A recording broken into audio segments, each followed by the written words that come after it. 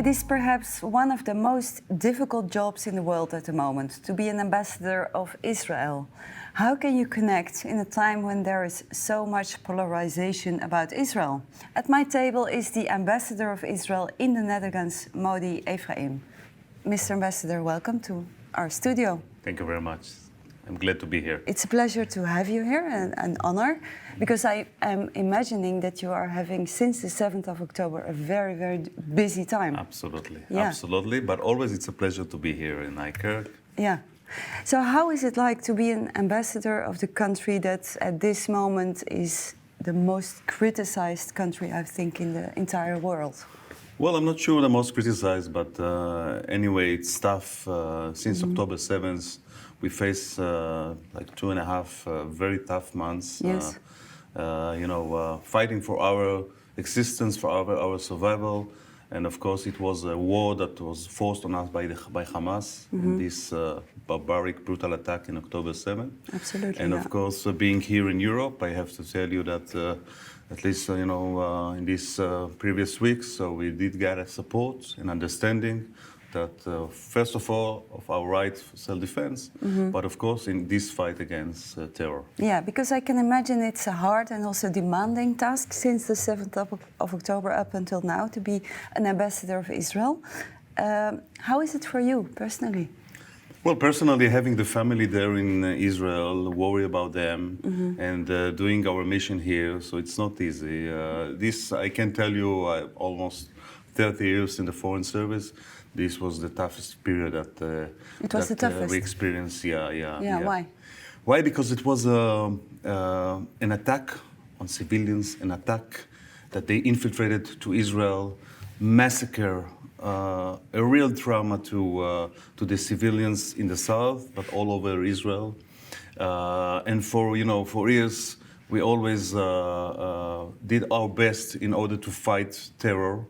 But we were looking, as the world always is calling, looking for a better future, looking for peace. We tried to do our best with the Palestinians, opening industrial zones in order to provide them places for labor force to maintain their families, to improve their economy. But and still it happened. And still it happened. And if you see all these villages, most of the people, they were very active in supporting the Gaza civilians, in having projects there, in trying to improve their life. And unfortunately, we had to face this attack. Yeah. And we all remember, in 2005, we left Gaza. We have no interest in Gaza at all, in the being there. And we did our best in order to support in the county, in the other zones. And unfortunately, we have no partners there. No. And against terror, you have to fight. And basically, that's the main primary goal that we have now, is to destroy all the military capabilities of Hamas and to create a new reality. A new reality that we're all hoping and looking for it, especially now before the end of the year. Because all Israel is in a war now. All Israel is... And people are very involved also with the situation. But you, on an emotional level, do you sleep at night?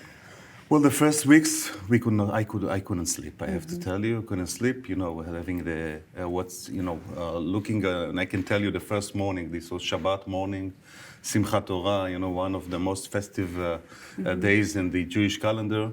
And I received the call. It was a little bit after 6:30 in the morning, and you asked me from where? From my mother-in-law, saying there is a war in Israel.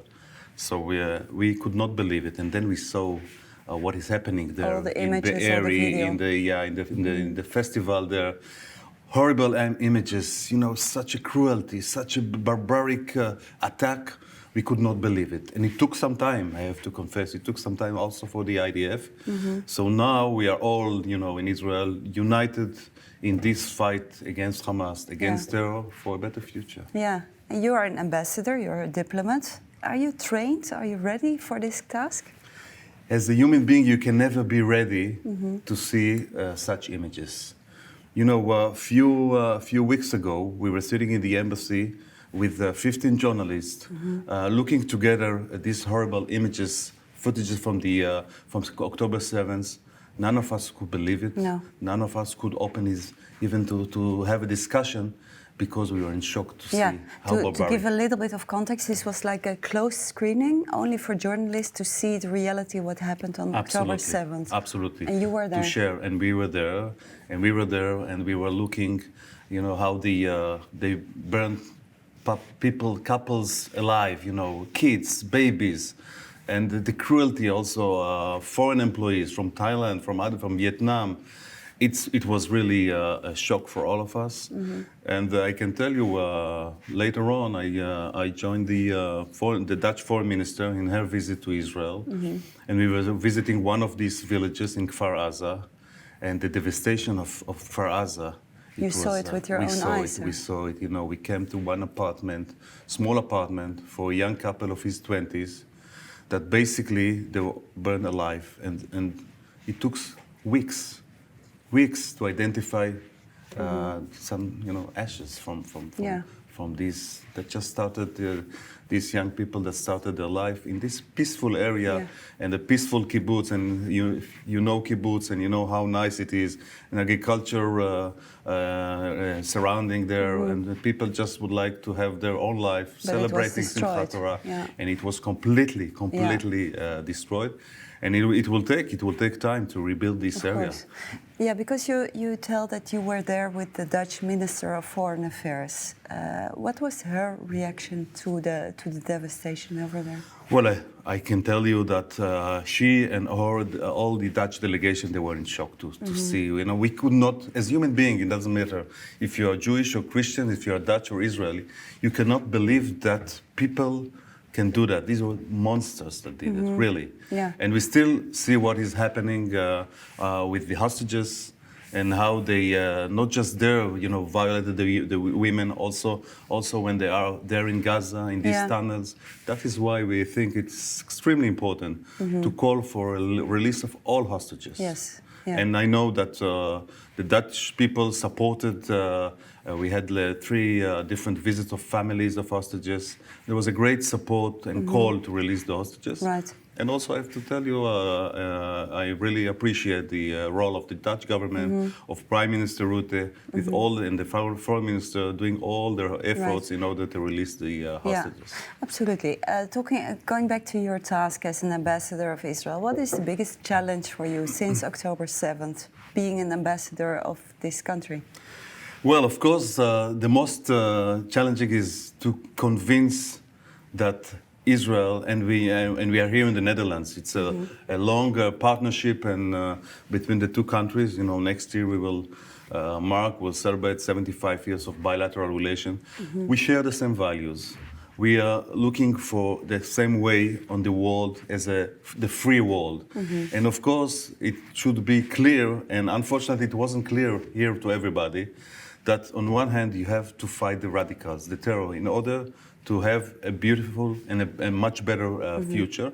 On the other end, of course, negotiating with the moderates. And of course, if you remember, you know, it seems like a while ago, but before October 7th, we were very close to sign an agreement with Saudi Arabia, as we signed with some other countries in the Abraham Accords. Yeah, to try to get peace with the neighboring countries. To have, you know, we are looking here what is happening in the European Union. We would like to have also a peaceful region, and that's what we are doing since, of course, the peace with Egypt and the peace with Jordan and the Oslo agreements and many more negotiations. But in order to have a real negotiations and a real peace, you know, as we say, I served many years in Latin America, you need 2 for tango. And that's what we are looking for. Right.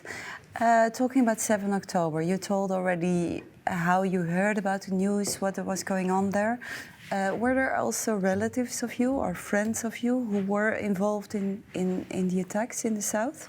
Right. Well, I do have friends that live there. I can give you an example. Most of, as I mentioned before, I served many years in Latin America, and we had an agricultural expert that lived there in Be'eri. Yeah. That was always doing tikkun olam, to improve the world, coming from country to country in Latin America, in Africa, and trying to share his experience, his knowledge.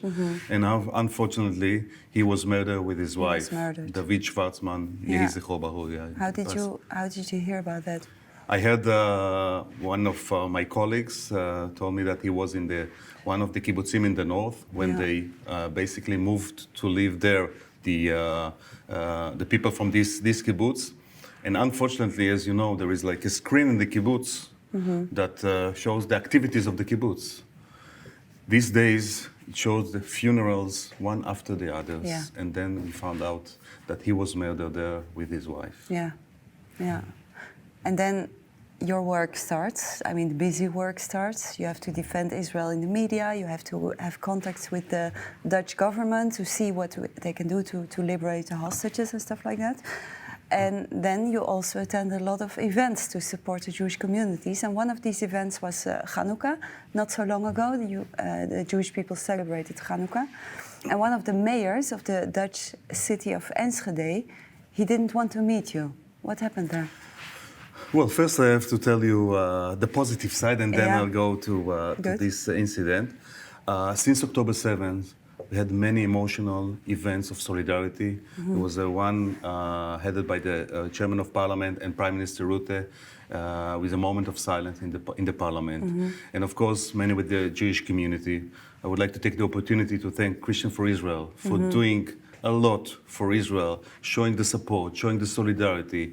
In a very emotional days when I came to Veenendaal, to Erk, to different places in Friesland and other places, and seeing hundreds of people supporting Israel, showing the pictures of the hostages, calling to release them immediately. I think for us, it gives us strength and in our this struggle in the community. And going back to Hanukkah, and of course Hanukkah, you know, is the happiest celebration in the Jewish calendar. It's a holiday of lights, yes. Holiday of festival of lights, and like last year, it was great to celebrate with many Dutch people in different locations. So this year it was much more difficult with mixed feelings, being there in different activities in the Jewish community and other communities, with the mayor of Amsterdam, mayor of The Hague, and many others with parliamentarians. We had a nice lighting of candles in the parliament. And of course, speaking about the fight, how the little light defeated the darkness, and that's what we are looking for in this fight against terror. But then there was this mayor from Enschede who didn't want to sit next to you. That's right. I went to a beautiful synagogue of Enschede with hundreds of people, Christians and Jews, celebrating together Hanukkah, celebrating also 95th years for this synagogue. And I heard that the mayor is sitting there in the balcony and not with us, and that he was afraid to sit next to me or to take a picture, to have a picture with me. It was unfortunate, I think, because we had a beautiful evening, and I addressed the people there, also speaking about the importance of fighting anti-Semitism, combating anti-Semitism, especially in those days.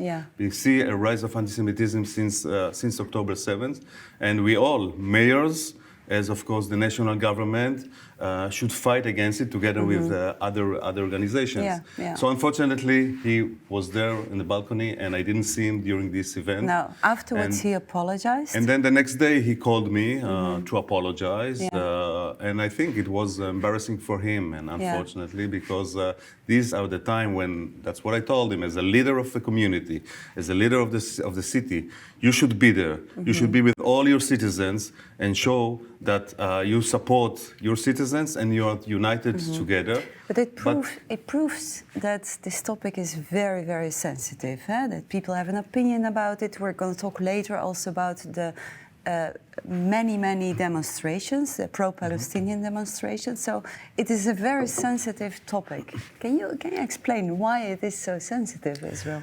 Yeah, well, you know, I can tell you, since I arrived to the Netherlands 2 years ago, I was always, I think, speaking about working in the political arena with the parliament, with the parliamentarians, with the government. So Israel is one of the hot topics always.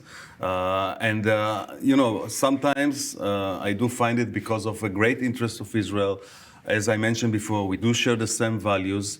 But sometimes I think there is a misunderstanding about Israel. Israel is looking for peace. Israel is looking, and I think this neighborhood of the European Union should be the most friendly and understanding. And we have a great cooperation with the Netherlands and with the European Union countries. So of course, we have to explain, because I think they judge Israel differently than many other countries. Sometimes it's good because we are like, as we say, the chosen people, and we do respect the value. And for us, as the Talmudic terminology said, saving one soul, it's like saving the entire world. Right. And it's important for us. And also nowadays, when we have to, it's forced on us. We did not choose to have this war in Gaza. So we do face terrorist organizations that basically, from within its people, use them as human shields and attacking Israel. Right. And we are doing everything we can to avoid innocent casualties. Of course, it's not easy when you have to operate in an urban area, and when they use mosques and schools and also international organizations and facilities to attack Israel. Yeah. So it should be clear, and I don't want to give the example of the Netherlands, but in one day, if and for sure, of course, we pray that it never will happen. But speaking about like Enschede or some region, if they cross and they'll kill 4,000, because that's like the Dutch population is double than the Israeli. 4,000 people, Dutch people in one day. So what is the government reaction will be? Of course, to attack and to destroy this terror organization. To protect your citizens. Absolutely, and we think that it's that nowadays we need the Netherlands and all the European countries and an international coalition in order to fight Hamas, as it was done against ISIS. I'm sure you have repeated this already many times, that you want to defend Israel and that Israel has the right to defend. But still, a lot of people in the Netherlands and also outside the Netherlands are protesting against Israel. How do you think, you're a diplomat, your job is to make connections. Is it possible to make connections today, right now, with the Muslim community here in our country? Well, we do have a very good connection with the majority of the population here in the Netherlands. Unfortunately, there are radicals that do demonstrate, but they demonstrate when they call it pro-Palestinians. We have to be clear. It's praising Hamas, praising terror, praising people that killed, that murdered and violated people in their own homes. So you say it's not possible to communicate with these demonstrators? It is hard to do that. And of course, it should be clear, it's not on the Israeli-Palestinian conflict. The issue is now against or supporting terror. And that's why I'm saying the vast majority of the Dutch people understand exactly what is it all about and support Israel in this fight against terrorism. And we know the terror was now in Israel. It came also in the past few years. It was also in different places here in Europe, and it can come to Europe. And we have to unite forces in order to fight the terror. These demonstrations, of course, in my view, with all the respect to the freedom of expression, when you praise Hamas, when you praise terror, you cannot demonstrate in Western country that value the human life. Right.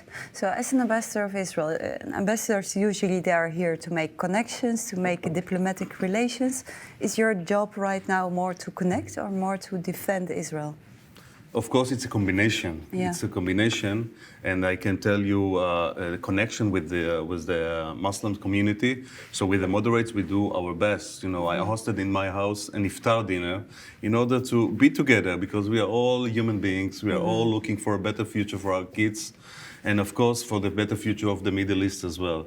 So we are looking to be more connected to the moderate people in the Muslim community. We are looking for them to call against the radicals, against the terror, and to live together as one civilized community. Let's talk about the hostages, because recently we heard the terrible tragedy of 3 hostages that were killed by Israeli fire, by accident. what are the diplomatic efforts right now to release the hostages? Is there any hostage talk at the moment? Well, first of all, this was a really a tragic incident, unfortunately, because this is one of the main goals of being there. One is to fight and basically to destroy the military capability of Hamas, but the other one is of course to release and to bring them back. And we know that till now, just half of them came back to their homes, and some families were here as well. And we know the personal stories, and we're still thinking about them. 70 days being there with no food, with very poor conditions, and of course with violence and in the tunnels of Gaza or somewhere else. So I think it is an obligation, a commitment for all of us, not just of course the Israel, all of us to bring them back. How do you put effort in this topic? And I think that's as we did it in the first stage when there were 110 people were released. As I mentioned, speaking with the leaders of the region, President of Egypt had a very important role. Of course, the United States, the Qataris as well.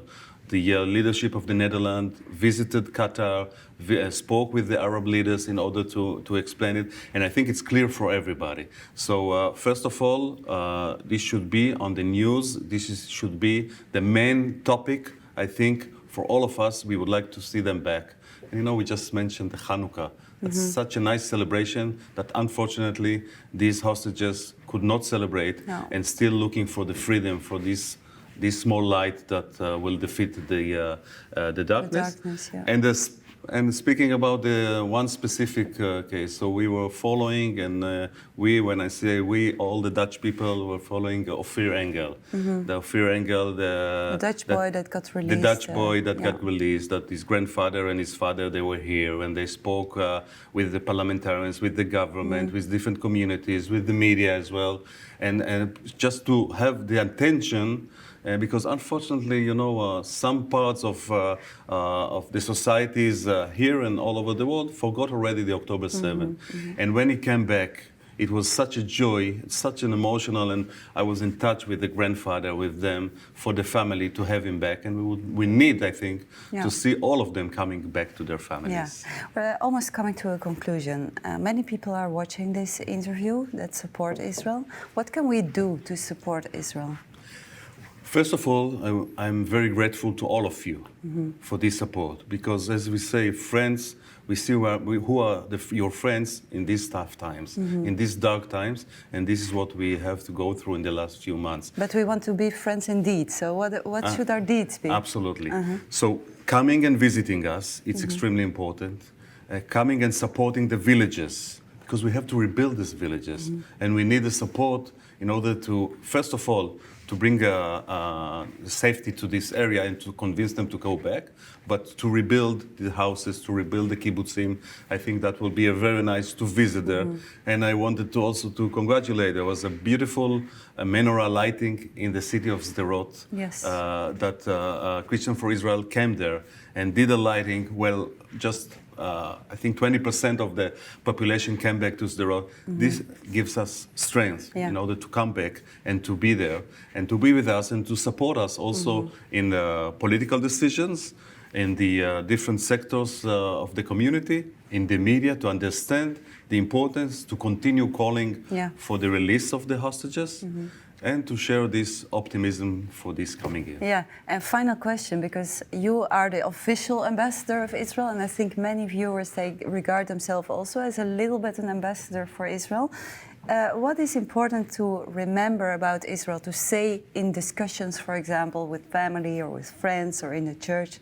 Do you have one argument for them? What is important to say about the conflict right now in Israel? Well, first of all, without all these ambassadors, my work will be impossible, so I really appreciate it. We have to remember that when we speak nowadays, that it's really the only democracy. We do share the same values. We would like to improve the world, to do tikkun olam, not just inside the Jewish world, but also with our neighbors.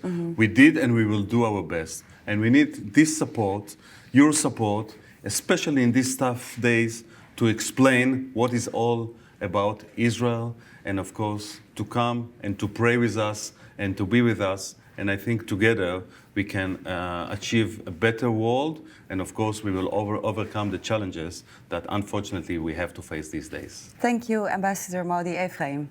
And thank you for watching this interview. If you want to stay involved with our work and with what is going on in Israel, go to our website, cforisrael.org, or go to your local Christians for Israel website. Thank you again for watching, and goodbye.